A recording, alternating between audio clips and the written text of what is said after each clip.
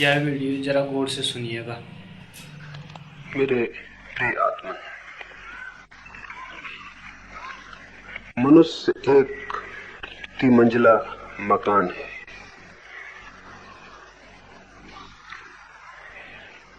उसकी एक मंजिल तो भूमि के ऊपर है, बाकी दो मंजिल जमीन के नीचे। उसकी पहली मंजिल में जो भूमि के ऊपर है थोड़ा प्रकाश है, उसकी दूसरी मंजिल में जो जमीन के नीचे दबी है और भी कम प्रकाश है, और उसकी तीसरी मंजिल में जो बिल्कुल भूगर्भ में छिपी है पूर्ण अंधकार है, वहां कोई प्रकाश नहीं है। इस तीन मंजिल के मकान में जो कि मनुष्य है, अधिक लोग ऊपर के मंजिल में ही जीवन को व्यतीत कर देते हैं। उन्हें नीचे की दो मंजिलों का न तो कोई पता होता है न ख्याल होता है। ऊपर की मंजिल बहुत छोटी है, नीचे की दो मंजिलें बहुत बड़ी है, और जो अंतिम अंधेरा भवन है नीचे, वही सबसे बड़ा है, वही आधार है सारे जीवन का। जिस व्यक्ति को सत्य की और स्वयं की यात्रा करनी हो, उसे नीचे की दो मंजिलों में उतरना पड़ता है। सत्य की यात्रा आकाश की तरफ की यात्रा नहीं है, बल्कि पाताल की तरफ की यात्रा है। ऊपर की तरफ नहीं, नीचे और भीतर और गहरे उतरने का सवाल है। जंगल में चारों तरफ हमारे वृक्ष खड़े हुए हैं। वृक्षों का एक हिस्सा तो वे पत्ते हैं जो सूरज के बिल्कुल सामने हैं और सूरज की रोशनी से प्रकाशित है। वृक्ष का दूसरा हिस्सा वे शाखाएं और पेड़ जो पत्तों के नीचे छिपी हैं, जिन पर कहीं कहीं सूरज की रोशनी पड़ती भी है, कहीं कहीं नहीं भी पड़ती। वृक्ष का तीसरा हिस्सा वे जड़ें हैं जो जमीन के भीतर छिपी हैं, जिन पर सूरज की रोशनी कभी भी नहीं पड़ती। लेकिन वृक्ष का प्राण वृक्ष की जड़ों में है, और जो वृक्ष को पूरा जानना चाहता हो उसे जड़ों को जानना ही पड़ेगा, जो कि दिखाई नहीं पड़ती है, अदृश्य है, छिपी है। जो वृक्ष के पत्तों पर ही रह जाएगा वो वृक्ष को नहीं समझ पाएगा। हमारे मन के भी ऐसे ही तीन हिस्से हैं। पहला हिस्सा जिस पर थोड़ी रोशनी पड़ती है वो है कॉन्शियस माइंड, चेतन मन। दूसरा हिस्सा जो के नीचे दबा है वो है सब कॉन्शियस माइंड, अर्ध चेतन मन। और तीसरा हिस्सा जो सबसे नीचे छिपा है वो है अनकॉन्शियस माइंड, अचेतन मन। पहले हिस्से में थोड़ी चेतना है, दूसरे हिस्से में और भी कम, तीसरे हिस्से में बिल्कुल नहीं। ये मनुष्य है। मनुष्य का जो चेतन मन है, जो कॉन्शियस माइंड है, उसमें ही हम में से अधिक लोग जी के समाप्त हो जाते हैं, इसलिए जीवन को नहीं जान पाते। जीवन की जड़ें अनकॉन्शियस माइंड में, अचेतन मन में छिपी हैं। वो अदृश्य है, वो भूमि के नीचे है। वहीं से हमारा संबंध परमात्मा से, सत्य से, जीवन से है। वहीं से जड़ें पृथ्वी से जुड़ी हैं, जड़ों का संबंध ही जीवन से है। हमारे अचेतन मन में हमारी जड़ें,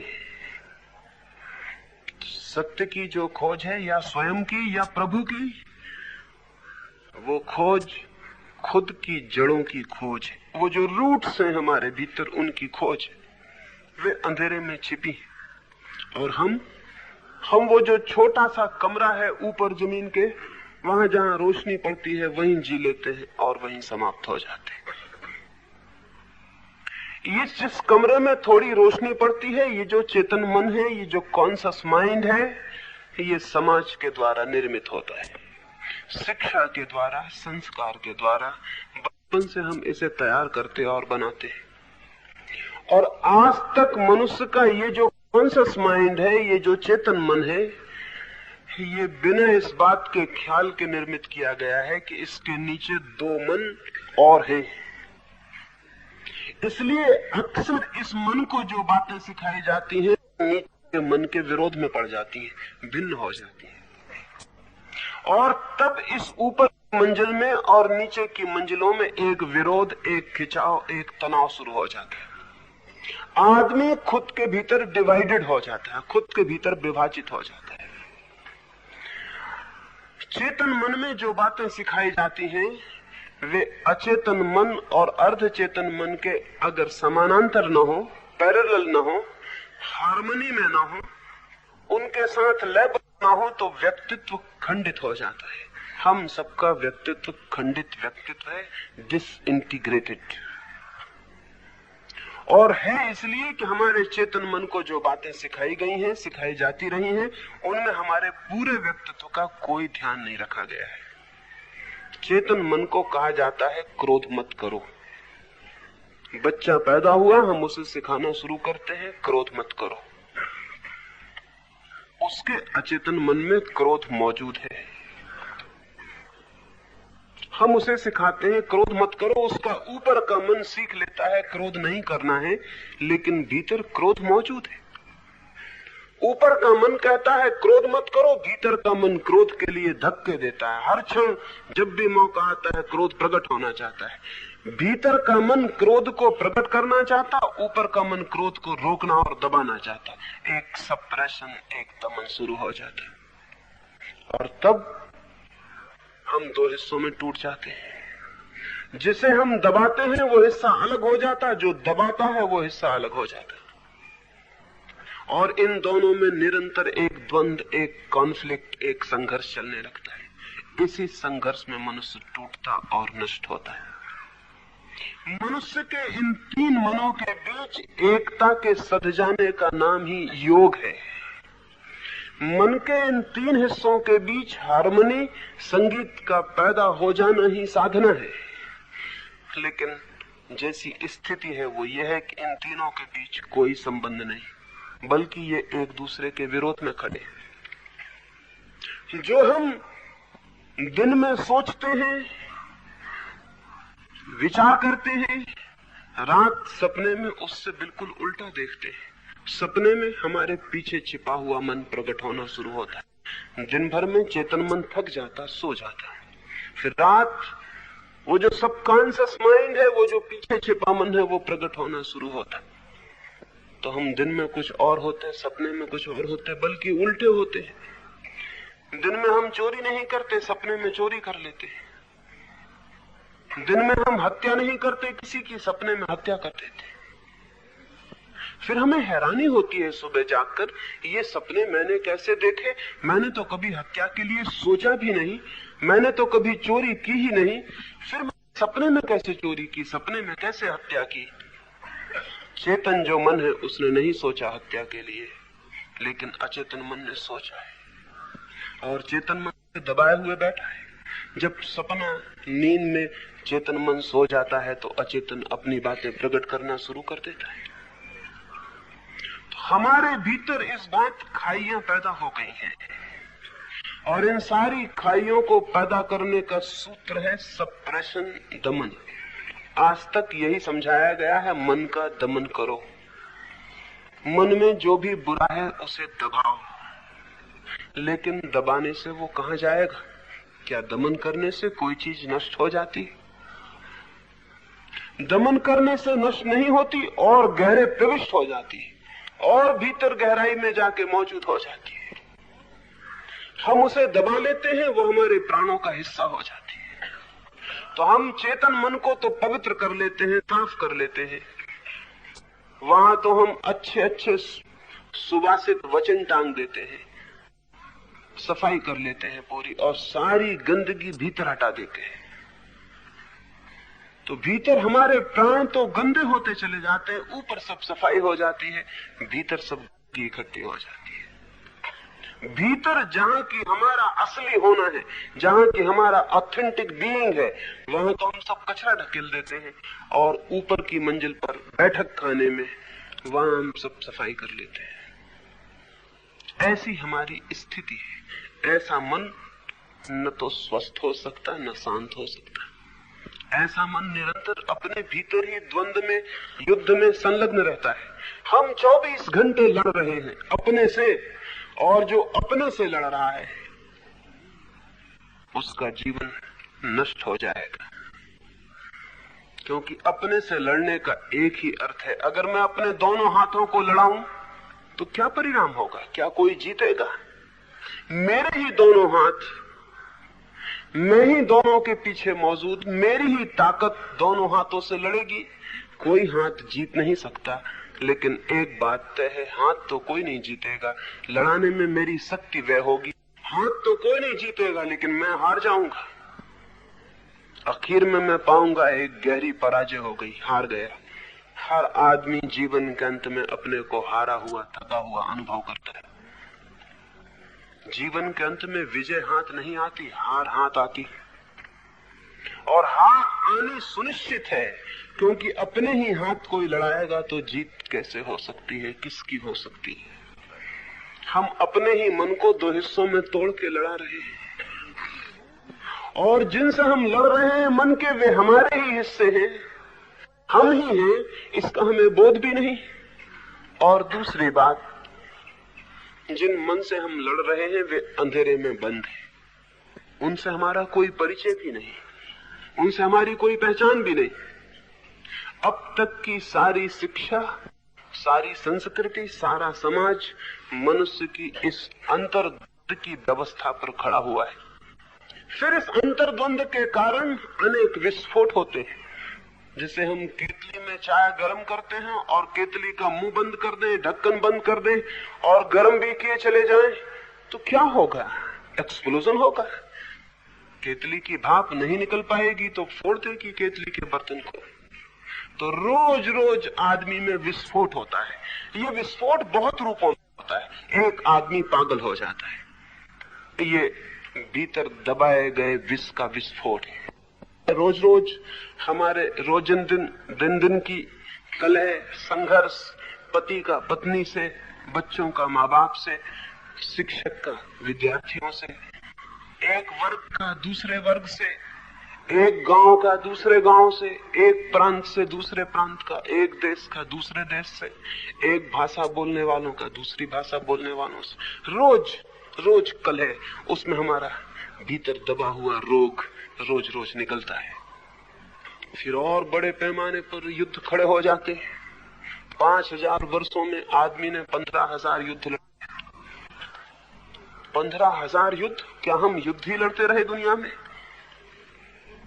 हमारी आज तक की 5000 वर्ष की सारी सभ्यता और संस्कृति युद्ध की सभ्यता और संस्कृति है। लड़ने में ही हमने जीवन व्यतीत किया है। कुछ बीच बीच में जो कालखंड आते हैं जब हम लड़ते, उस समय हम लड़ने की तैयारियां करते रहते। जब हम नहीं लड़ते तब लड़ने की तैयारियां करते हैं, और या लड़ते हैं या लड़ने की तैयारियां करते हैं। बस दो ही काम मनुष्य जाति करती रही है। ये क्या है? ये इतने एक्सप्लोजन, इतने विस्फोट क्यों होते हैं? छोटी चिंगारी से आदमी एकदम विक्षिप्त क्यों हो जाता है? हिंदू मुसलमान के नाम से, जैन ईसाई के नाम से, सिख पारसी के नाम से जरा सी बात और आग लग जाती है और आदमी पागल हो जाता है। आदमी जैसे पागल होने को तैयार बैठा हुआ है, उसके भीतर इतना दबाव है कि जरा मौका मिल जाए कि वो निकल जाए, जरा सी गुंजाइश खड़ी हो जाए और वो पागल हो जाए। ये आकस्मिक नहीं है। ये इतने युद्ध, इतनी कलह, इतना द्वंद, ये जैसा मनुष्य है उसके स्वाभाविक परिणाम है। तो चाहे राजनीतिक चिल्लाते रहें कि युद्ध नहीं होना चाहिए, चाहे साधु सन्यासी समझाते रहें कि युद्ध बहुत बुरा है, लेकिन जब तक मनुष्य का मन सप्रेस्ड है, जब तक मनुष्य के मन में दमन है, तब तक युद्ध बंद नहीं हो सकते। तब तक कोई ताकत युद्ध बंद नहीं कर सकेगी। तब तक कलह बंद नहीं हो सकती है। तब तक जीवन की जो रोज रोज का संघर्ष है वो बंद नहीं हो सकता है। एक तरफ से हम संघर्ष को बंद करेंगे, दूसरी तरफ से वो निकलने का रास्ता खोज लेगा, क्योंकि भीतर हम उबलते हुए ज्वालामुखी पर बैठे और उस ज्वालामुखी से हमारा कोई परिचय नहीं। हम ज्वालामुखी पर अच्छी बढ़िया सोफा लगा के आराम से बैठे हुए, वो नीचे ज्वालामुखी धधक रहा है, और हम अपने सोफे को सजा रहे हैं, डेकोरेट कर रहे हैं अपने मकान को, और नीचे ज्वालामुखी धधक रहा है। हम ऊपर से सजाते रहते हैं, भीतर आग भभक रही है। ये स्थिति में उस आग को हम दबाते चले जाएं तो हम टूटेंगे और अपने को नष्ट करेंगे। आज तक मनुष्य ने यही किया है।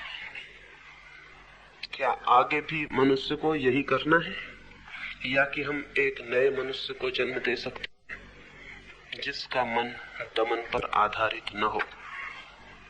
लेकिन हम डर जाएंगे, हम कहेंगे अगर हम दमन न करें अपने मन का तो दमन करने में तो हम कभी पागल होंगे, ठीक है, लेकिन दमन न करें तो इसी वक्त विस्फोट हो जाएगा। अगर हम दबाए ना अपने को तो हमारे भीतर तो इतना जहर, इतने सांप बिच्छू मालूम पड़ते हैं, इतना क्रोध, इतना सेक्स, इतनी वासना, इतना लोभ, इतनी ईर्ष्या मालूम पड़ती है। अगर न दबाएं तो हम तो अभी सब निकल पड़ेगा। फिर क्या होगा? दबाना नहीं है, लेकिन कुछ और करना है। करना यह है कि मन के ऊपर का जो हिस्सा चेतन है, जो कॉन्शस है, जहां प्रकाश है, उस प्रकाश को मन के उन हिस्सों में भी ले जाना है जहां अंधकार है। पूरे मन को प्रकाशित कर देना है, पूरे मन में दिया जला देना है, होश का, ज्ञान।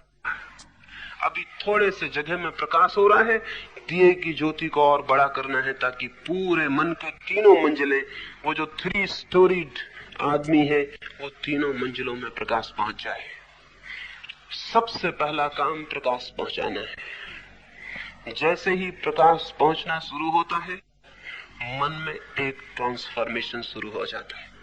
आपको शायद ख्याल भी ना हो, सूरज निकलता है, सूरज के निकलते ही पृथ्वी पर एक परिवर्तन शुरू हो जाता है। जो कलियां बंद थीं वे खिलने लगती हैं, जो सुगंध छिपी थी वह प्रकट होने लगती है। जैसे ही प्रकाश सूरज का पृथ्वी पर उतरता है, सारा प्राण जो सोया हुआ था वो जागने लगता है।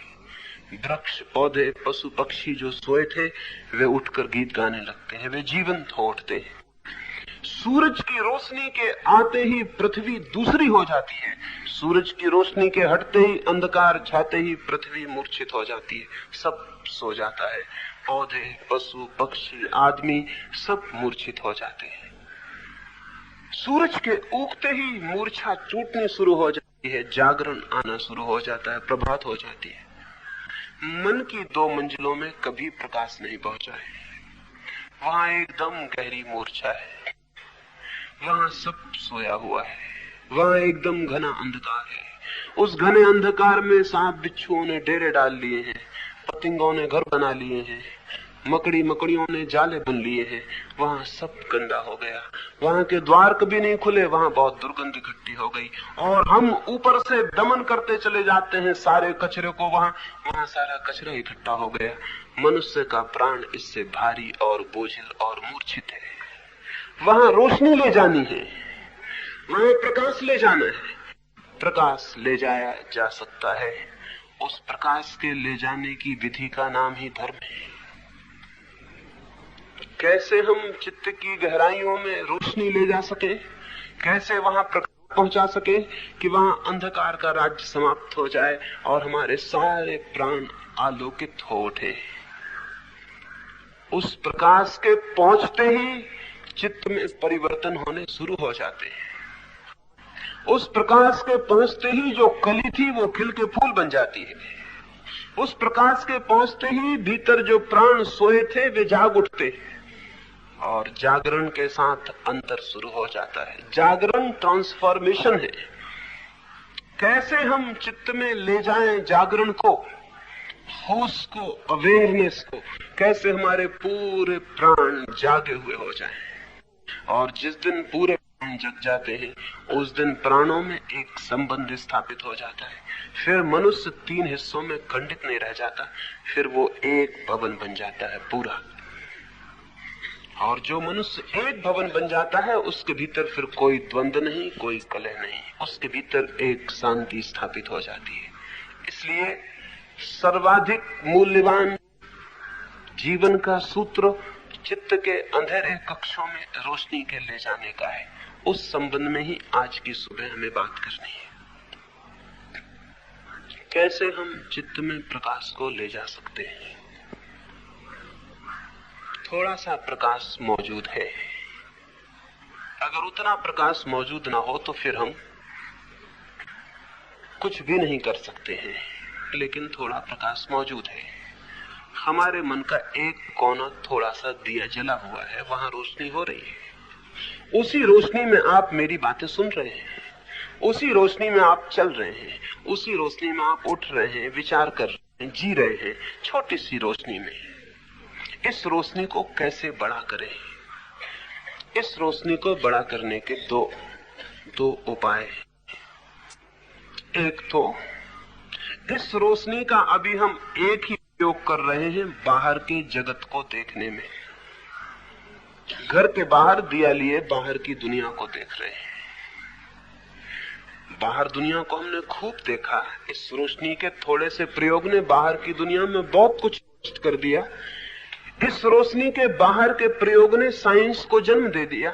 हमने पदार्थ के नियम खोज लिए, हमने पदार्थ के भीतर छिपे हुए रहस्य खोज लिए, हमने जीवन के बाहर के जीवन पर विजय पाने में बड़ी दूर तक सफलता पा ली। विज्ञान की सारी कथा इस छोटे से कॉन्शियस माइंड का बाहर के जगत में इम्प्लीमेंटेशन है, बाहर के जगत में प्रयोग है। विज्ञान की सारी कथा इस छोटे से कॉन्शियस माइंड की, जो छोटा सा चेतन मन है, इसके हमने पदार्थ में प्रयोग किया है। इतनी बड़ी दुनिया खड़ी हो गई विज्ञान की। हम पदार्थ में प्रवेश करते गए और हमने अणु को और अणु के भी गहरे न्यूट्रॉन इलेक्ट्रॉन को जाके खोज लिया। बड़ी शक्ति हाथ में आ गई, बड़ी शक्ति हाथ में आ गई। इसी चेतना का प्रयोग बाहर न करके भीतर भी किया जा सकता है। जो लोगों ने बाहर प्रयोग किया वे अणु तक पहुंच गए। जो आदमी भीतर प्रयोग करता है वो आत्मा तक पहुंच जाता है। रोशनी यही है, दिया यही है। घर के बाहर रोशनी करते हैं तो रास्ता दिखाई पड़ता है, घर के भीतर करते हैं तो घर के कष्ट दिखाई पड़ते हैं। ध्यान इस रोशनी को भीतर ले चलने का ही प्रयोग है। आंख बंद करके हम भीतर जागने की कोशिश करते हैं। एक वैज्ञानिक क्या करता है? वैज्ञानिक बाहर के फिनोमिना को, बाहर की घटना को ऑब्जर्व करता है, निरीक्षण करता है। अपनी प्रयोगशाला में बैठकर आंखें गड़ाकर सब तरह से जागकर निरीक्षण करता है क्या हो रहा है। पानी को उबाल रहा है, गर्म कर रहा है तो देख रहा है कितनी डिग्री पर जाकर पानी गर्म होकर बनता है। उसका निरीक्षण कर रहा है, ऑब्जर्वेशन कर रहा है। ठीक इसी भांति मन की प्रयोगशाला में द्वार बंद करके भीतर बैठकर निरीक्षण करना है कि वहां क्या हो रहा है। क्रोध कितनी डिग्री पर जाके भाप बन जाता है, क्रोध कितनी डिग्री पर जाके विस्फोट कर लेता है। क्रोध क्या है, क्रोध की गति क्या है, विचार क्या है, विचार कैसे चलता है, कैसे उठता है, कैसे गिरता है। स्मृति क्या है, मेमोरी क्या है, कैसे स्मृति बनती है। प्रेम क्या है, कैसे जन्मता है। घृणा क्या है, कैसे भीतर उठती है, फैलती है। उसका विष कैसे पूरे प्राणों को भर लेता है। ये बहुत सी घटनाएं भीतर घट रही हैं। इनके प्रति ऑब्जर्वेशन भीतर बैठकर एक वैज्ञानिक जैसे प्रयोगशाला में जांच करता, खोजता, वैसे ही इनको भी देखना, जानना और खोजना है। धर्म आत्मा का विज्ञान है।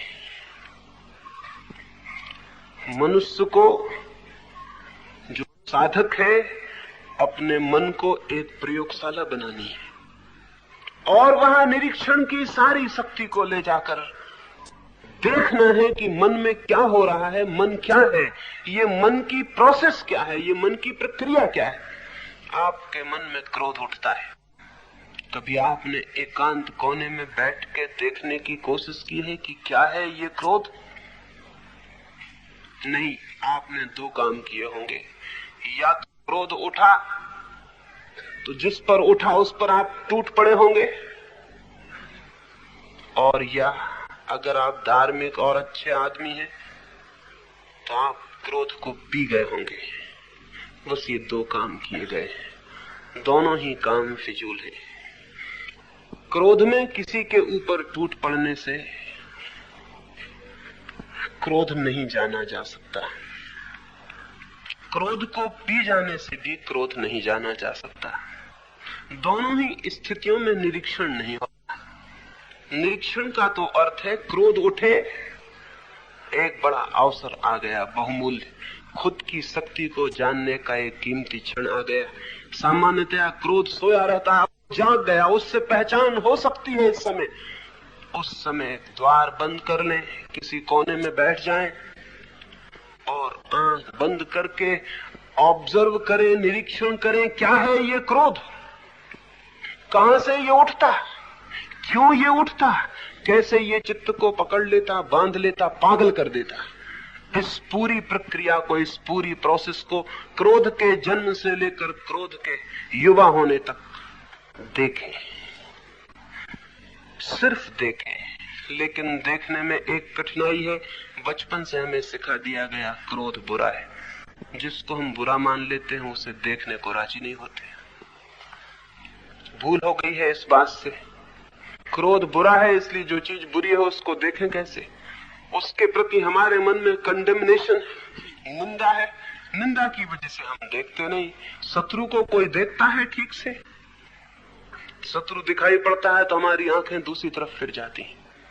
शत्रु रास्ते पर मिल जाता है तो हम आंख नीचे करके निकल जाते हैं या दूसरी गली से निकल जाते हैं। शत्रु को कोई देखना नहीं चाहता। देखता तो केवल उसे है जो मित्र है, देखता तो केवल उसे है जिससे हमारा कोई विरोध नहीं है।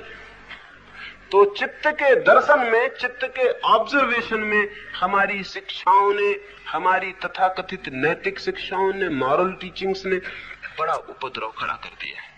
क्रोध बुरा है, शत्रु है, फिर उसे देखेंगे कैसे?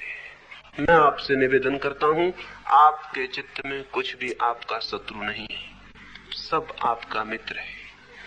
और अगर आप पाते हैं कि कोई शत्रु है तो वो केवल इस बात का सबूत है कि आप उसका सम्यक उपयोग करने में असमर्थ रहे।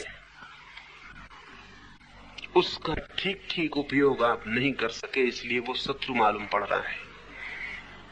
जिस दिन आप उसे पूरा जानेंगे और पहचानेंगे, आप हैरान हो जाएंगे। आप पाएंगे ये तो मेरी शक्तियां हैं, शत्रु इनमें कोई भी नहीं। लेकिन हम अपरिचित होते हैं मित्र से भी तो वो शत्रु मालूम पड़ता है, परिचित होते हैं तो वो मित्र मालूम पड़ता है। परिचित होना है, पूरी तरह से पहचान करनी है भीतर क्या है। तो एक तो निरीक्षण के लिए ये भावना छोड़ देनी एकदम आवश्यक है कि कोई चीज बुरी है, कोई चीज अच्छी है। अभी तो हम अपने चित्त से परिचित नहीं, हमें पूरे चित्त से ही परिचित होना है, चाहे जो भी हो, अच्छा हो या बुरा।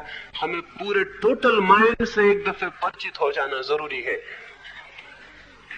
तो क्रोध को जब उठे तो निरीक्षण करें, और निरीक्षण करेंगे तो हैरान हो जाएंगे। निरीक्षण करते ही बहुत अद्भुत तथ्य दिखाई पड़ने शुरू हो जाएंगे। लेकिन हमने कभी निरीक्षण किया नहीं है। या तो हम क्रोध से लड़े हैं और या क्रोध से हार गए और क्रोध के वश हो गए। ये दोनों स्थितियां शुभ नहीं है। ये दोनों स्थितियां साधना में ले जाने वाली नहीं है। तीसरी एक स्थिति है निरीक्षण की, न तो क्रोध का भोग न दमन, बल्कि एक तीसरा मार्ग निरीक्षण।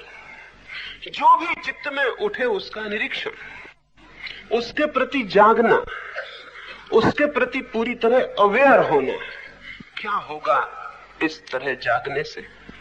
इस तरह जागने से दो बातें होंगी। एक तो क्रोध के प्रति जैसे ही जागेंगे वैसे ही आप पाएंगे क्रोध चेतन मन में पैदा नहीं होता। क्रोध चेतन मन के नीचे की मंजिल से आता है। चेतन मन ने तो बहुत बार निर्णय किए हैं कि मैं क्रोध नहीं करूंगा, लेकिन सब निर्णय रखे रह जाते हैं। जब कोई एक धक्का देता है, क्रोध खड़ा हो जाता है। पता नहीं चलता है कि मैंने निर्णय किया था कसम खाई थी, व्रत लिया था, क्रोध नहीं करना है। मेरे निर्णय, मेरी कस्में कहां गई? वे जिस मन ने ली थी, क्रोध वहां से नहीं आ रहा, क्रोध बहुत नीचे से आ रहा। उस मन को आपके व्रत का कोई भी पता नहीं है। उस मन को कोई पता ही नहीं है आपके व्रत का, कि आप मंदिर में जाके और व्रत ले लिए हैं कि अब मैं क्रोध नहीं करूंगा। जिसने ये कसम खाई है वो मन दूसरा है, और जिस मन में क्रोध पैदा होता है वो मन का दूसरा हिस्सा है। उस हिस्से को कोई खबर नहीं है। सांझ आप तय करके सोते हैं, कल सुबह 4 बजे उठूंगा। सुबह 4 बजे कोई आपके भीतर कहता है सोए रहो, कोई उठने की जल्दी नहीं, आज बहुत सर्दी है, फिर कल देखना। आप सो जाते हैं। सुबह उठ के आप पछताते हैं कि मैं उठा क्यों नहीं, मैंने तो तय किया था कि 4 बजे उठना है, मैं उठा क्यों नहीं। आप निरीक्षण करेंगे तो पता चलेगा, जिस मन ने ये तय किया था वो मन सोया हुआ था 4 बजे, और जिस मन ने ये खबर दी कि सोए रहो वो दूसरा मन था। उसको आपके निर्णय का कोई भी पता नहीं था। अन्यथा ये कैसे हो सकता था? जिस मन ने निर्णय किया था वही मन कैसे निर्णय तोड़ सकता था, और फिर सुबह वही मन कैसे पछता सकता था? आदमी उलझ जाता है क्योंकि उसे इसका कोई पता नहीं कि मन के अलग अलग हिस्से निर्णय ले रहे हैं। जब आप निरीक्षण करेंगे क्रोध का, प्रेम का, घृणा का, तो आप पाएंगे कि चेतन मन, कॉन्शियस माइंड से वे आते ही नहीं, वे तो बहुत नीचे गहरे अनकॉन्शियस से आते हैं। तो उनके सूत्र को पकड़ के अगर आप खोज करेंगे ये कहां से पैदा होते हैं, कहां से पैदा होते हैं। अगर हम एक वृक्ष की शाखाओं को पकड़ के खोज करने निकलेंगे ये वृक्ष कहां से पैदा होता है, तो आज नहीं कल आपको जमीन खोदनी पड़ेगी और जड़ों तक पहुंचना पड़ेगा। आपकी खोज जारी रहेगी तो आपको अनअर्थ करना पड़ेगा, भूमि अलग हटानी पड़ेगी, और तब आप पाएंगे कि दिखाई नहीं पड़ती थी जड़ें, वृक्ष वहां से आते। तो जब आप क्रोध की, प्रेम की, ईर्ष्या की खोज में निकलेंगे, अनुसरण करेंगे, तो आप धीरे धीरे धीरे पाएंगे कि आप कॉन्शियस माइंड से हटके अनकॉन्शियस में पहुंचने शुरू हो गए। और इसी पहुंचने में रोशनी शुरू हो जाएगी, क्योंकि आपका जो मन निरीक्षण करता है वही रोशनी। तो जब आप पीछा करेंगे, एक आदमी अगर अपने घर में एक चोर का पीछा करे दिए लेकर, तो चोर जहां छिपा होगा अंधेरे कोने में वहां खुद भी पहुंच जाएगा और साथ में दिया भी पहुंच जाएगा।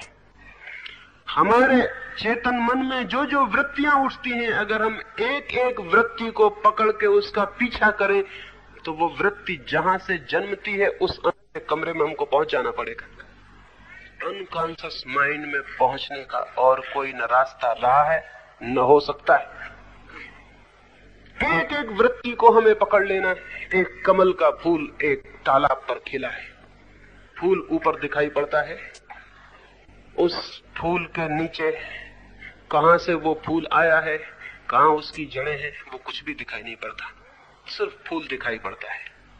अगर इस फूल का हम अनुसरण करें, खोज करें कहां से ये निकला है, तो हम धीरे धीरे उस फूल की डंडी को पकड़ के वहां पहुंच जाएंगे, नीचे कीचड़ में जहां उसकी जड़ें छिपी। क्रोध तो ऊपर आया हुआ फूल है, प्रेम भी ऊपर आया हुआ फूल है, ईर्ष्या भी ऊपर आया हुआ फूल है। इसको हम पकड़ लें और इसके पीछे चलना शुरू करें, इसके पीछे उतरते चले तो धीरे धीरे धीरे धीरे हम वहां पहुंच जाएंगे जहां इसकी जड़ें, जहां से ये पैदा हुआ है। तो मनुष्य अगर अपनी वृत्तियों का अनुसरण करे, दमन नहीं, चित्त वृत्ति का दमन नहीं, चित्त वृत्ति का अनुसरण, चित्त वृत्ति का पीछा, चित्त वृत्ति के पीछे पीछे जाए, तो धीरे धीरे धीरे धीरे वो अपने गहरे अचेतन मनों की तलों तक पहुंच जाएगा, और उसके साथ ही निरीक्षण के साथ वो रोशनी पहुंच जाएगी जो देखती है। और आपको पता है कि अगर आप जब पहुंच जाएं किसी चीज के, तो कितनी आसान बात है। अगर आपको लगता हो ये अवांछनीय है, ये नहीं चाहिए, ये दुर्गंध फैलाता है, कांटे वाला है, तो एक झटका और फूल खत्म हो गया हमेशा के लिए। लेकिन ऊपर से आप फूल को काटते रहे रोज, 1000 बार काटें आप, जितनी बार काटेंगे उतनी बार एक डंडी की जगह 2 डंडियां निकल आएंगी। अब 2 फूल खिलेंगे, पहले एक ही फूल खिला था, अब इनको 2 को काटेंगे और 4 डंडियां निकल आएंगी। और हम यही कर रहे हैं, ऊपर से फूलों को काट रहे हैं, फूल बढ़ते चले जाते हैं। जितने फूल बढ़ते हैं हमारी काटने की बेचैनी बढ़ती चली जाती है। कल एक क्रोध किया था, उसको काट दिया ऊपर से, आज 2 बार हो गया है, उसको काट दिया, परसों 4 बार हो गया है। रोज बढ़ता जाता है रोग, क्योंकि जिसको हम काटना समझते हैं वो कलम करना है, वो सहायता पहुंचानी है वृक्ष को। जो माली है वो जानता है कि वृक्ष को सहायता पहुंचानी हो, एक डंडी काट दो, जहां से डंडी काटी गई वहां से 2 डंडियां पैदा हो जाती हैं। हम कलम कर रहे हैं अपने मन की। लेकिन जो आदमी पीछे जाएगा और जड़ों तक पहुंच जाएगा, अगर उसे लगता है कि जो फूल आया है ऊपर वो वांछनीय नहीं है, तो एक छोटा सा हल्का धक्का और जड़ें खत्म हो जाती हैं और फिर फूल कभी भी नहीं आते। चित्त को बदलना हो, ऊपर से जो कलम चलती रहती है नैतिक आदमी की, उससे कभी कोई आदमी नहीं बदलता। नैतिक आदमी ऊपर से कलम करता रहता है और इसलिए मुसीबत में पड़ता चला जाता है। धार्मिक आदमी ऊपर से कलम नहीं करता, अपरूट करता है, जड़ों को उखाड़ के फेंक देता है। ये काम एक ही बार में हो जाता है और कलम करने का काम जिंदगी भर चलता है। ये काम एक ही बार में हो जाता है, जड़ उखड़ जाती है, बात खत्म हो जाती है। लेकिन अगर हम ऊपर ही ऊपर सारा उपद्रव करते रहे तो हम परेशान भी बहुत हो जाते हैं, मामले बदलते भी नहीं, आदमी वही का वही बना रहता। आप खोजें अपने अंदर, आप साल भर पहले जो आदमी थे, आदमी आप आज भी। साल भर में आपने कितनी कलम नहीं की होगी अपनी, न मालूम क्या क्या छोड़ा होगा, ये किया होगा, वो किया होगा। आप अपने 30 साल लौट के देखें, आप भीतर पाएंगे आप वही के वही आदमी। पूरी जिंदगी आदमी करीब करीब वही का वही बना रहता है। ऊपर थोड़े बहुत फर्क हो जाते हैं, लेकिन भीतर कोई फर्क नहीं होता है, क्योंकि भीतर हम कभी पहुंचते नहीं। फर्क होगा कैसे? जड़ों तक हम कभी जाते नहीं तो फर्क होगा कैसे? ये जो जड़ तक पहुंचने का सूत्र है वो है वृत्तियों का निरीक्षण, उनका पीछा, उनका अनुगमन। चाहे तो इसे ही मेडिटेशन कहे, चाहे तो इसे ही ध्यान कहे, चाहे इसे ही कुछ और नाम दे, लेकिन एक चीज को पकड़कर भीतर प्रवेश करना है।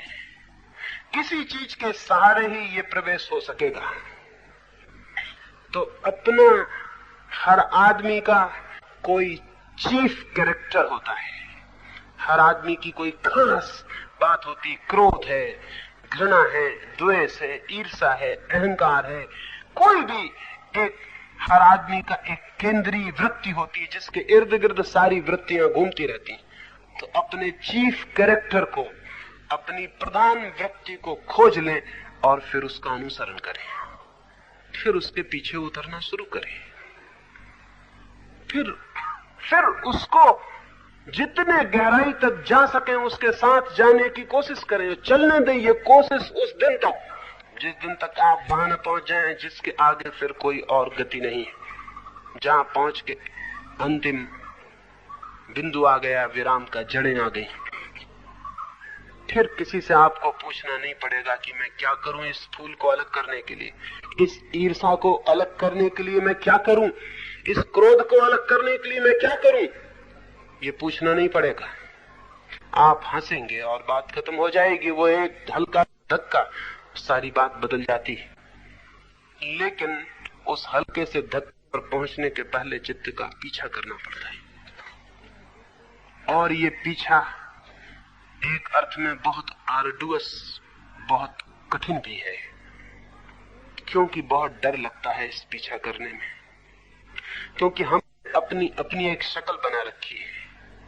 इस पीछा करने में वो शक्ल टूटती है, जितने हम पीछा करते हैं उतनी शक्ल टूटती है। एक आदमी कहता है कि मैं ब्रह्मचारी हूं, अब अगर वो अपने सेक्स का पीछा करेगा तो ये कल्पना उसको छोड़ देनी पड़ेगी कि मैं ब्रह्मचारी हूं। जैसे वो अपनी वासना के पीछे, काम के पीछे, सेक्स के पीछे यात्रा करेगा, वैसे वैसे उसे पता चलेगा कि मैं कितना सेक्सुअल हूं, मैं कितना काम वासना से भरा हुआ हूं, कहां है ब्रह्मचर्य। बल्कि जैसे जैसे भीतर उतरेगा उसको पता चलेगा जिसको मैं ब्रह्मचर्य कहता था वो सब सेक्सुअलिटी थी। एक स्त्री को देख के मैं आंख बंद कर लेता था, वो आंख बंद कर लेना ब्रह्मचर्य नहीं था, आंख बंद करना सेक्स था। नहीं तो आंख बंद करने की कोई जरूरत न थी। एक साध्वी से मैं मिलता था, समुद्र की हवाएं चलती थी।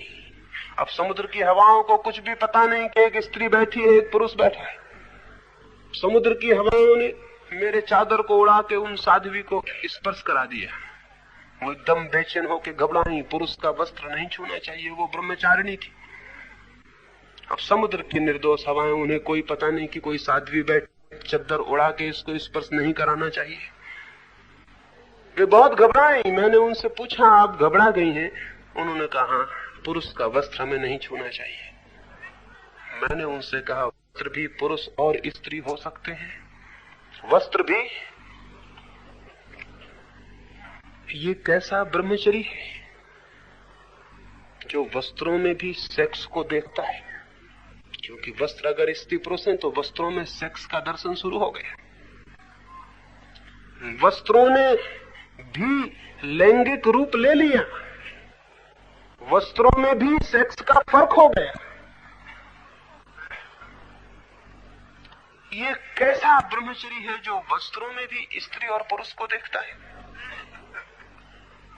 मैंने उनसे निवेदन किया, बुरा लगेगा उनसे मैंने कहा, लेकिन आपको पता नहीं ब्रह्मचर्य के नाम पर आप और भी कामुक हो गई।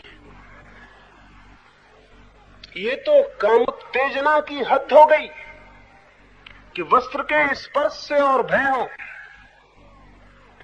ये भय इस बात की सूचना है कि भीतर पुरुष के स्पर्श को नहीं करना है। इस बात को इतना दबाया है, पुरुष के स्पर्श का स्वाभाविक भाव हो सकता है, उसे इतना दबाया है कि आज पुरुष का वस्त्र भी छू जाए तो वो टेम्पटेशन बन गया, वो प्रेरणा बन गई, वो घबराहट बन गई। तो अगर अब ऐसा ब्रह्मचर्य का व्रत लिया हुआ आदमी या सोचता हुआ कि मैं ब्रह्मचर्य को उपलब्ध हुआ हूं, अगर अपने ब्रह्मचर्य को थोड़ा पीछे उतरेगा तो ठीक ब्रह्मचर्य के पीछे पाएगा कि सेक्स खड़ा हुआ है, तो बड़ा घबराहट, वो वापस लौट आएगा कि ऐसा पीछे जाने में कोई फायदा नहीं, यहाँ पीछे जाने से तो उल्टी बातें पैदा होती। एक बहुत बड़े साधु हैं, बड़े ख्यातिनाम, किसी ने मुझे आके कहा कि कोई पैसा रुपया उनके सामने ले जाए तो वो सिर फेर लेते, आंख बंद कर लेते। उन्होंने बड़ी तारीफ के लिए मुझसे कहा था कि वो बड़े परम त्यागी हैं, रुपये को देख के एकदम आंख फेर लेते हैं। मैंने उनसे कहा रुपया इतना निर्दोष है, उसे देखकर आंख फेर बड़ी बीमारी का लक्षण।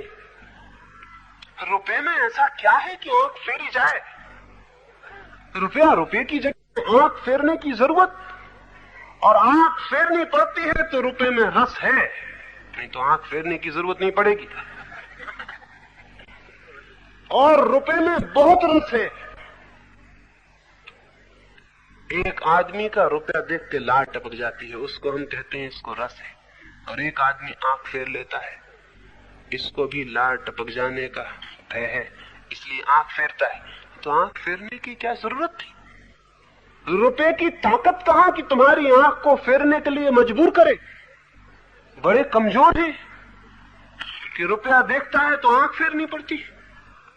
तो अब ये जो त्याग है रुपए का, अपरिग्रह है, अगर इसका ये आदमी पीछा करेगा तो इसे पता चलेगा इसमें रुपए की आसक्ति छिपी हुई है, रुपए के प्रति अटैचमेंट है। ये डिटैचमेंट, ये अनासक्ति उसी आसक्ति का छिपावा है, भुलावा है, और कुछ भी नहीं। ये सेल्फ डिसेप्शन है और कुछ भी नहीं। अगर हम अपनी वृत्तियों का पीछा करेंगे तो वो जो सेल्फ इमेज हमने खड़ी कर रखी है कि मैं ये हूं, त्यागी हूं, ये हूं, वो हूं, हमको पता चलेगा वो झूठी है वो बात। इस झूठ को देखने की हिम्मत होनी चाहिए, तो ही कोई आदमी वृत्तियों का अनुसरण कर सकता है। और अगर इस झूठ को देखने का साहस और करेज नहीं है तो फिर आप अपने ऊपर के भवन में ही टहलते रहिए, नीचे आप नहीं जा सकते।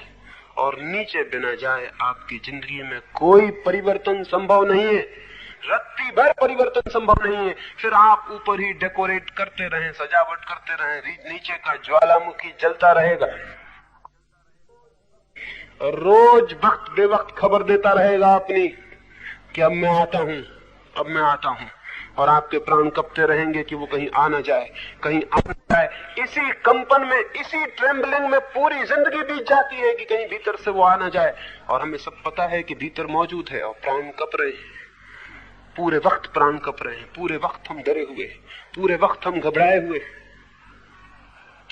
ये जो सारी स्थिति है ये बाधा बनती है, इसलिए आर्डुअस तो है। तो मैं तो वृत्तियों के अनुसरण को ही तप कहता हूं, तपस्या कहता हूं, धूप में खड़े होने को नहीं, उपवास करने को नहीं।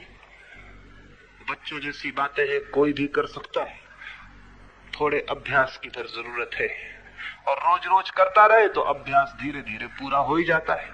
एक अदालत में एक मुकदमा चला, एक आदमी ने अपनी पत्नी को तलाक देने की दरख्वास्त की थी।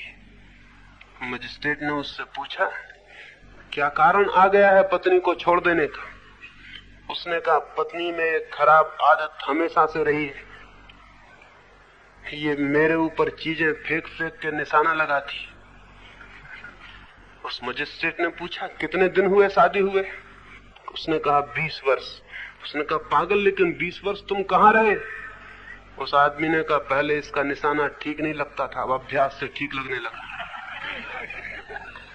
20 साल के अभ्यास से इसका निशाना चूकते ही नहीं, अब मैं घबरा गया हूं। पहले निशाना अक्सर चूकता था, बात चलती थी, अभ्यास से निशाना अब बिल्कुल ठीक लगने लगा है। तो निरंतर हम एक झूठ का अभ्यास करते रहे, मैं ये हूं, मैं वो हूं, मैं ये हूं, मैं वो हूं, और भीतर धक्के मारती रहे कोई चीज। तो अभ्यास से हम इस थोथे पाखंड को थोड़ा बहुत संभाल भी ले सकते हैं। एक आदमी जिसके भीतर आंसू फूट पड़ने को हो, वो भी अभ्यास से मुस्कुराता हुआ बैठा रह सकता है।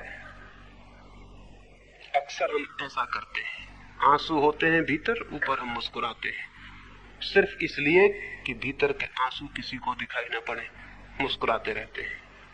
भीतर होता है दुख, ऊपर बड़े प्रसन्न मालूम पड़ते हैं।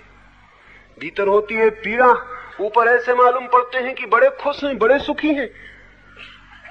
तो हम भीतर के विरोध में ऊपर कुछ क्वालिटीज चिपका लेते हैं, कुछ गुण चिपका लेते हैं। लेकिन ध्यान रहे कि अक्सर जो गुण हम ऊपर से चिपकाते हैं ठीक विरोधी गुण के सूचक होते हैं। वे भीतर कोई विरोधी चीज मौजूद होती है, अन्यथा इसको चिपकाने की कोई जरूरत नहीं थी। जो आदमी ब्रह्मचर्य चिपका लेता है ऊपर, इसके भीतर गहरी सेक्सुअलिटी होती है, नहीं तो इसे ब्रह्मचर्य चिपकाने की कोई जरूरत न थी। जो आदमी अपरिग्रह, नॉन अटैचमेंट चिपका लेता है अपने ऊपर, इसके भीतर बहुत गहरा परिग्रह, बहुत गहरा अटैचमेंट है। ऐसे हमारे भीतर जो नहीं है उसको ही हम ऊपर चिपका लेते हैं, और इस ऊपर चिपकाए हुए झूठे कागजी फूलों से हमारा व्यक्तित्व बनता है। इस व्यक्तित्व को टूटने का डर है। जैसे आप भीतर प्रवेश करेंगे, ये इमेज, ये प्रतिमा तोड़नी पड़ेगी। खुद की प्रतिमा तोड़ने के लिए जो तैयार है वही साधक है, और कोई साधक नहीं है। वही यात्रा कर सकता है सत्य की, जो इस बात को हिम्मत से जानने को तैयार है कि कुछ भी हो, जो सच्चाई है उसे मैं जानना चाहता हूं। चाहे मेरे सारे फूल गिर जाएं, मेरी सारी सजावट गिर जाए, मेरा सारा सौंदर्य उखड़ जाए, लेकिन जो मन है चाहे वो कितना ही अगली हो, मैं उसको देखने के लिए तैयार हूं। एक बार एक बहुत अद्भुत घटना घटी थी। इंद्र ने 3 ऋषियों को स्वर्ग में आमंत्रित किया था। उन 3 ऋषियों की तपश्चर्या की खबर सारी पृथ्वी पर फैल गई थी। इंद्र ने स्वर्ग की सबसे सुंदरी अप्सरा उर्वशी को कहा, इन 3 ऋषियों के मन को किसी भी भांति विचलित करना है। उर्वशी ने कहा, कठिन नहीं है ये काम, ऋषि मुनि बहुत जल्दी विचलित हो जाते हैं, ये हो सकेगा। क्योंकि जो लोग स्त्रियों से दूर दूर भागते हैं उनके मन में स्त्रियों का गहरा आकर्षण है, जल्दी हो सकेगी ये बात। अगर वैश्यालय में पड़े किसी आदमी को विचलित करना होता तो बहुत कठिन था, क्योंकि वो स्त्रियों से इतना परिचित है तो उसे विचलित करना थोड़ा मुश्किल है। लेकिन ऋषि मुनि हैं, ये तो बेचारे जल्दी ही मुश्किल में पड़ सकते हैं। निमंत्रण दे दिया गया, स्वर्ग का निमंत्रण था, ऋषि मुनि भी इंकार न कर सके, क्योंकि ऋषि मुनि सारी कोशिश ही स्वर्ग पहुंचने की करते हैं, और कोशिश ही क्या है। निमंत्रण पाकर बहुत प्रसन्न हुए, बड़ा सम्मान था ये। इंद्र का जन्मदिन था और उन 3 को ही बुलाया गया था, और उनके जितने कॉम्पिटिटर ऋषि मुनि थे वो नहीं बुलाए गए थे, इससे बड़ी प्रसन्नता थी। वे काफी खुश हुए, वे गए, सब तरह से सज धज के गए। ऋषि मुनियों की भी अपनी सज धज होती है, आप पहचान नहीं पाते, ये दूसरी बात है, क्योंकि आपकी सज धज दूसरे तरह की होती है, तरह का फर्क होता है, सज धज में कोई भेद नहीं होता। वे परिपूर्ण तैयारी से पूरे ऋषि मुनि बन के वहां उपस्थित हो गए। उर्वशी भी उस दिन तैयार हुई थी, और जितनी उन दिनों प्रसाधन की, जितनी भी सुंदर होने की, जितने भी एक्सपर्ट होंगे स्वर्ग में, जितने विशेषज्ञ थे, सबने मेहनत की थी।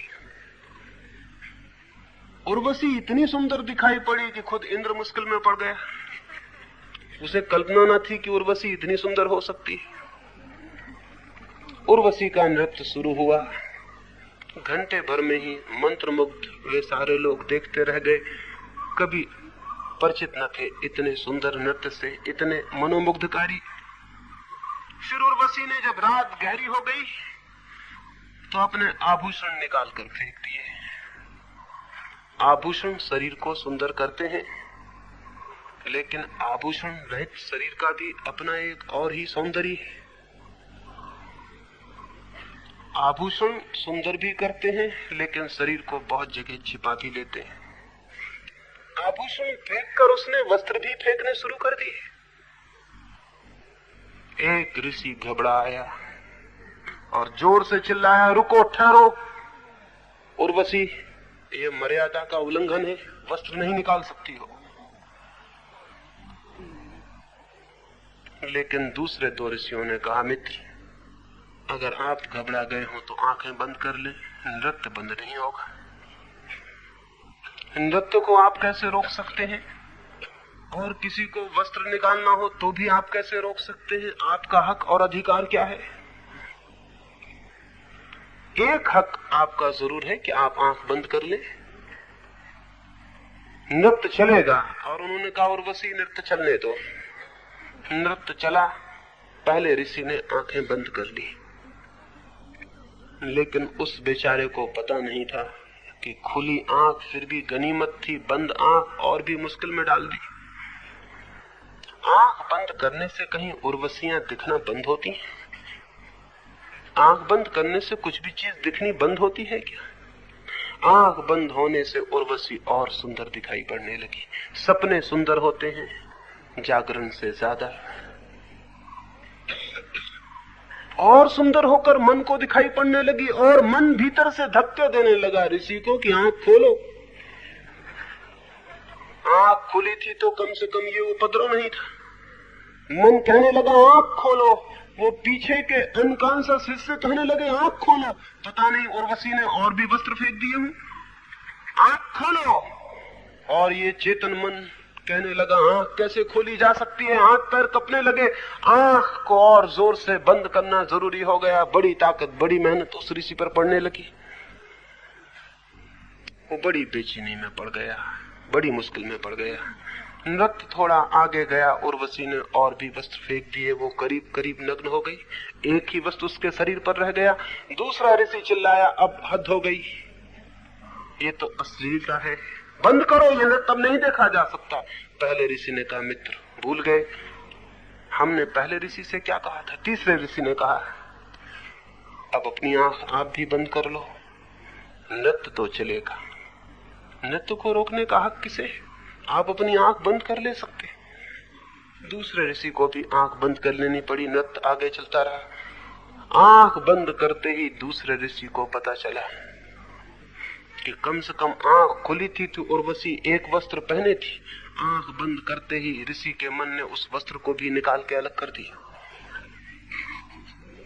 बहुत घबराया। उर्वशी आंख बंद थी लेकिन नग्न खड़ी थी। जिससे बचने को आंख बंद की थी वही सामने आ गया था। हमेशा यही होता है, जिससे बचने को हम आंख बंद करते हैं वही सामने आ जाता है, आएगा ही, क्योंकि आंख बंद करने में हमने इतना रस जाहिर किया है कि रस निमंत्रण हो गया, आना जरूरी है उसका। दूसरा रिश्ते भी कपरा है, घबरा रहा है।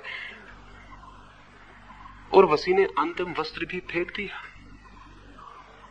सोचा था अंतिम वस्त्र फेंकते ही तीसरा ऋषि भी घबरा जाएगा, लेकिन उर्वशी भूल में थी। वस्त्र फेंक दिया गया, तीसरा ऋषि देखता रहा।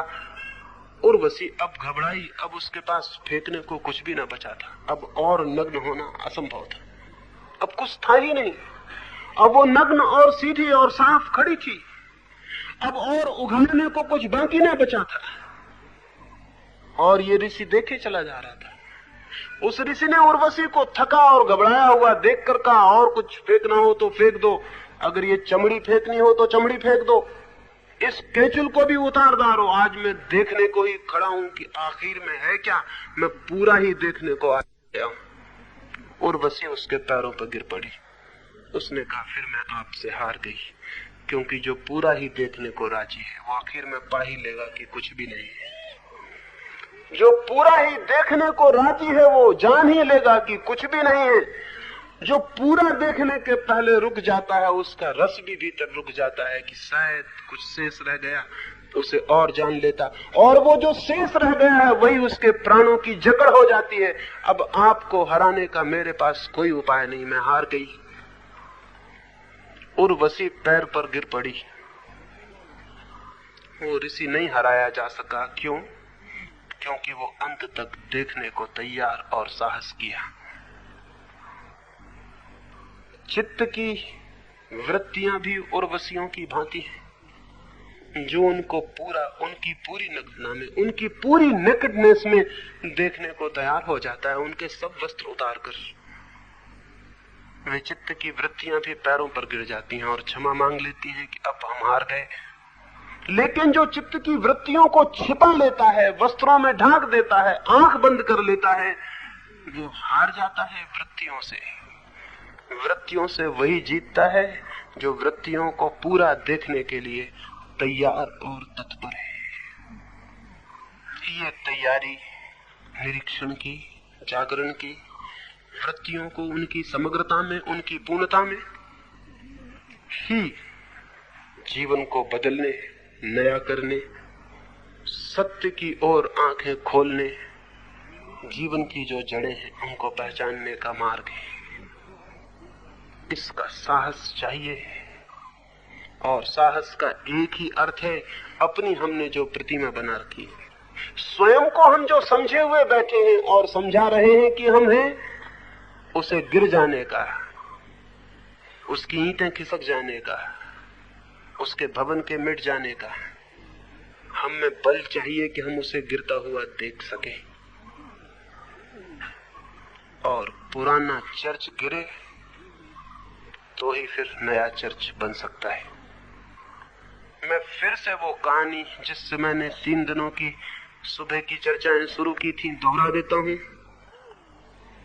एक पुराना चर्च था, गिरने को हो आया था, हवा के झोंके चलते थे, तो उसकी दीवारें कपती थीं और पलस्तर गिरता था। उसके भीतर खड़े होकर प्रार्थना करना असंभव था। प्रार्थना दूर, उसके निकट से निकलना असंभव था। खतरा था वो कभी भी गिर जाए और प्राण ले ले। पुरानी चीजों का होना हमेशा खतरा है, वे कभी भी गिर सकती हैं और प्राण ले सकती। फिर चर्च की कमेटी बैठी और उसने निर्णय किया। उसने 4 प्रस्ताव पास किए। 1 कि पुराना चर्च गिरा देना है, 2 कि नया चर्च बनाना है, 3 कि नए चर्च को पुराने चर्च की ईंटों, पत्थरों और सामान से ही बनाना है, और 4 कि जब तक नया चर्च न बन जाए तब तक पुराना चर्च नहीं गिराना है।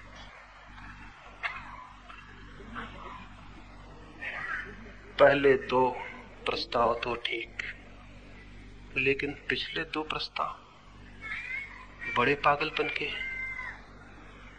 पुराने चर्च की ईंटों से नया चर्च कभी बन ही नहीं सकता।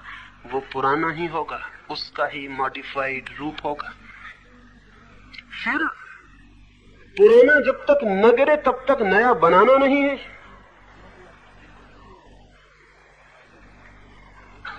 तो नया बनेगा ही नहीं, क्योंकि पुराने की भूमि ही नए के बनने की भूमि भी है। पुराना गिरे तो ही नया बन सकता है।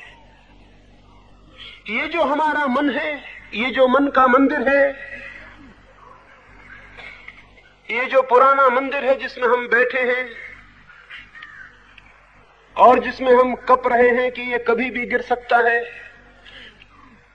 जिसके गिरने के भय से एंजाइटी, एंग्विश, चिंता और संताप पैदा होता है, और हर आदमी जीवन भर चिंता में रहता है कि कब गिर जाएगा ये मंदिर जिसके नीचे मैं बैठा हूं। रात न सो पाता है चैन से, न दिन जाग पाता है। 24 घंटे इसके गिरने का डर है। इस डर को जब तक हम जीतेंगे नहीं और इसके लिए राजी ना हो जाएंगे कि इसे खुद ही गिरा दें, तब तक हम नए मंदिर को बना नहीं सकते। चित्त की ये जो झूठा मंदिर हमने बना रखा है अपने चारों तरफ, ये सही नहीं है। अगर ये सही होता तो हम शांत हो गए होते। अगर ये सही होता तो हमारा चित्त एक फूल की तरह खिल गया होता। ये सही होता तो हमारे जीवन में सुगंध फैल गई होती। अगर ये सही होता तो हम उसको जान लिए होते जो अमृत है। अगर ये सही होता तो हम उसे पहचान लेते जो जीवनों का जीवन है, जो परमात्मा है। लेकिन ये सही नहीं है और इसको हम संभाल के बचा रखना चाहते हैं, तो जो सही है उसे हम कभी जान भी ना पाएंगे और बना भी नहीं पाएंगे। इसे तोड़ने की हिम्मत होनी ही चाहिए। जो आदमी विध्वंस करने को राजी हो जाता है वही आदमी सृजन करने में भी समर्थ होता है। डिस्ट्रक्शन, विध्वंस, क्रिएशन का, सृजन का पहला सूत्र है। एक इमेज है हमारा, एक प्रतिमा है, उसे गिराने का साहस ही हमें अंतरात्मा के ज्ञान में ले जा सकता है। और ये ज्ञान निरीक्षण, जागरूकता, एक एक वृत्ति के अनुसरण से संभव होता है और फलित होता है। सुबह मुझे इतनी ही बात कहनी थी। अब हम सुबह के ध्यान के लिए बैठेंगे। थोड़े थोड़े फासले पर हम हो जाएं।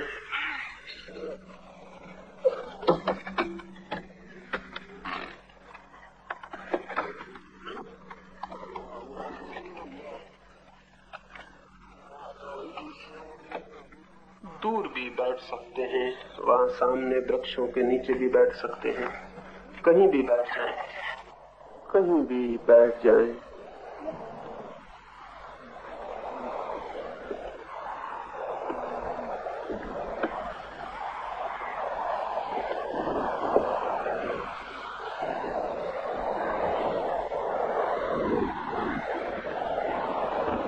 चुपचाप आराम से बैठ जाएं।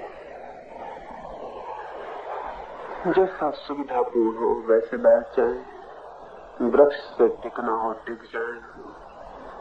जैसा मन हो, जैसी मौज हो, वैसा चुपचाप शरीर को शांत छोड़ के बैठ जाएं। फिर आहिस्ता से बंद कर लो। धीरे से पलक छोड़ दें अपने आप पलक बंद हो जाए।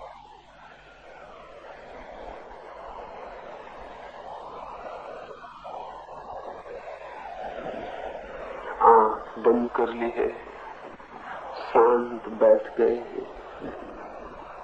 अब जीवन के प्रति सारा विरोध छोड़ दें, मन के द्वार खुले छोड़ दें। हवाएं आएंगी और मन के द्वार से गुजर जाएंगी। कोई पक्षी बोलेगा, आवाज गूंजेगी और निकल जाएगी।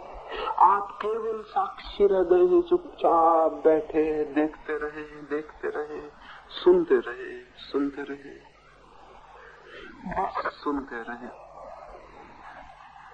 एक साक्षी, एक विटनेस, और कुछ भी नहीं। धीरे धीरे मन बिल्कुल शांत हो जाएगा। सुने, हवाओं को सुने। प्रभु की बहुत आवाजें हैं, सुने।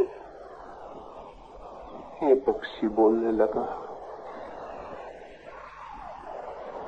सुनते रहे, सुनते रहे, और मन शांत होता जाएगा।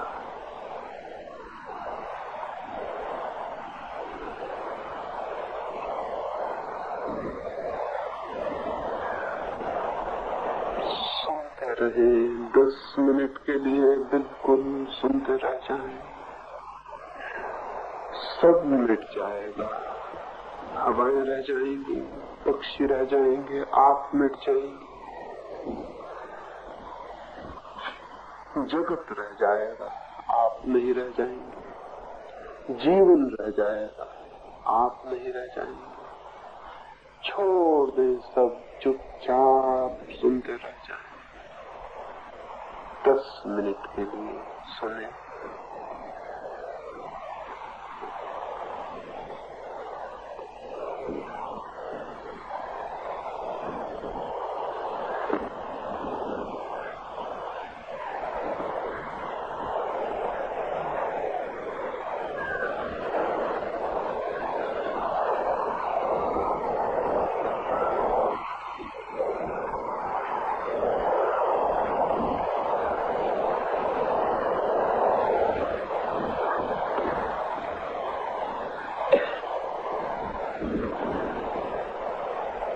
सुनते रहे, एक साक्षी भर। मन धीरे धीरे शांत होता जाएगा, मन बिल्कुल सन्नाटे से भर जाएगा, मन बिल्कुल गहरा शांत हो जाए।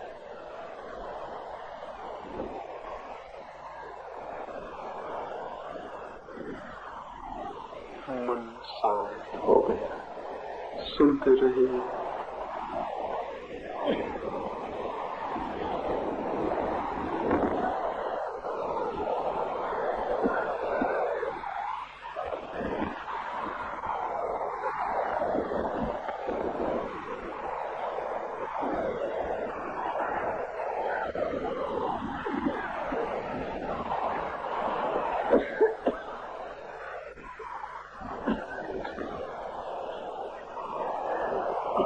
सुनते रहे, सुनते रहे। हवाएं रह गई, पक्षियों की आवाजें रह गई, आप कहाँ? सुनते रहे, सुनते रहे। धीरे धीरे सब शांत होता जाए।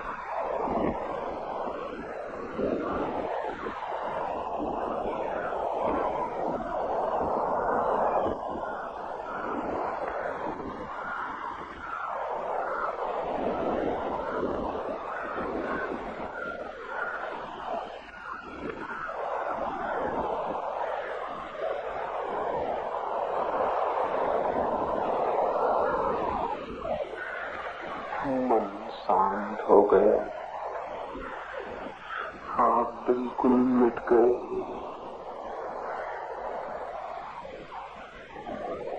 मन शांत हो गया।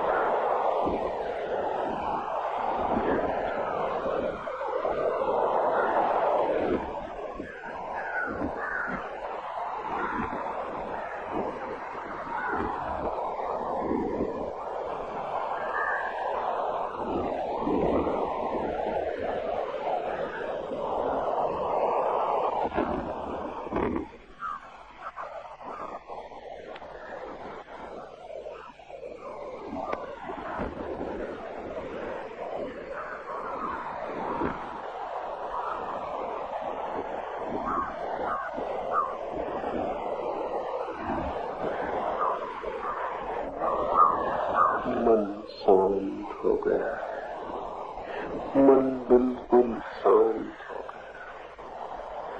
एक साक्षी भर रह गए, मात्र एक साक्षी रह गए।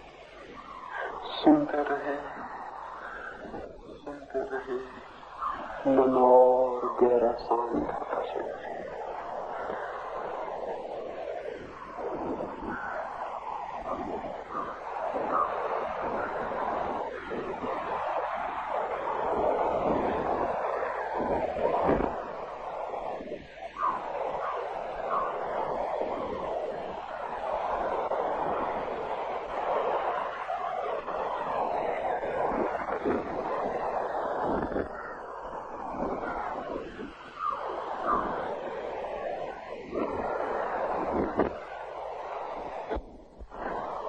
पक्षियों की धुन में रह गई, आप मिट गए।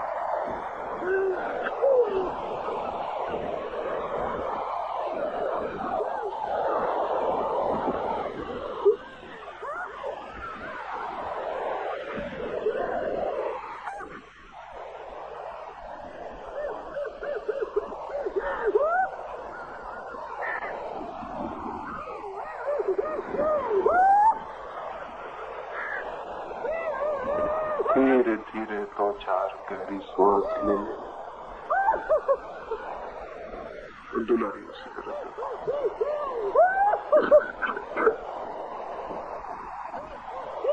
धीरे धीरे 2-4 गहरी सांस लें।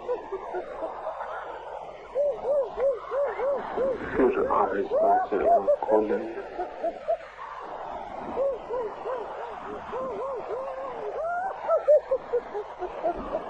धीरे से आँख खोलें।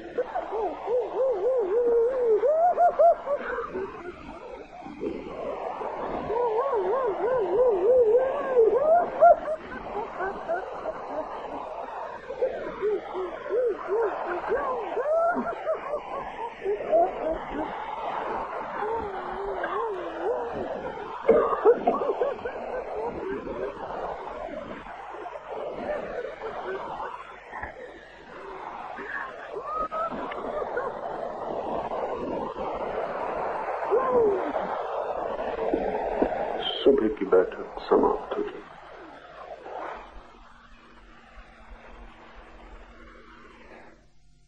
अगर यह वीडियो आपको अच्छी लग रही हो तो वीडियो को लाइक और चैनल को सब्सक्राइब करें।